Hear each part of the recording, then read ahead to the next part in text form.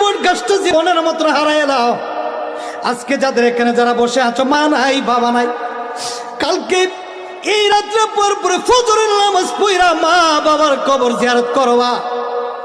সূরা ফাতিহা একবার পড়বা, সূরা ইখলাস 3 বার পড়বা, সূরা ইয়াসিন পারলে তেলাওয়াত করবা রে, ইয়াসিন তেলাওয়াত করবা আর রহমান তেলাওয়াত করবা।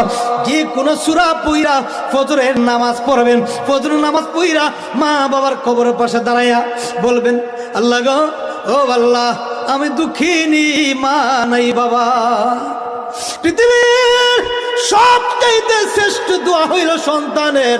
কোন এক সন্তান যদি মা বাবার জন্য যদি খালেস নিয়ে দুইটা হাত বাড়াইয়া দেয় রে, আমার আল্লাহ ডাক দেখে, সন্তান রে, চোখের পানি মা বাবার কবরের পারে পড়তে দিই, আমি আল্লাহ নেক সন্তানের বিনিময়ে মা বাবার কবর আযাব মাফ করে দিয়ে দিলাম।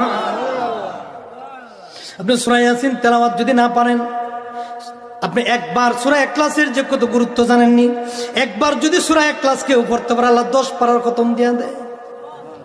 2 বার পড়লে 20 পারা, 3 বার পড়লে 30 পারার সওয়াব। এই আমলটা যদি আমরা করি, আমার আল্লাহ সব দিয়ে দিবেন। জোরে কোন সুবহানাল্লাহ। এই জন্য আমরা সব সময় মা বাবার জন্য দোয়া করব, মা বাবার খেদমত করব। মা বাবার খেদমতে থাকলে সন্তান দামি হয়। কথা কোন? দামি বাড়ায় কে? এই দামি বানানোর মালিক আমার আল্লাহ। আরে সাদা কাপুন আমার আপন, আরে কবে লেগে যে যেদিন তোমরা দিবা আমায় জনমের বিদায়, আর যেদিন তোমরা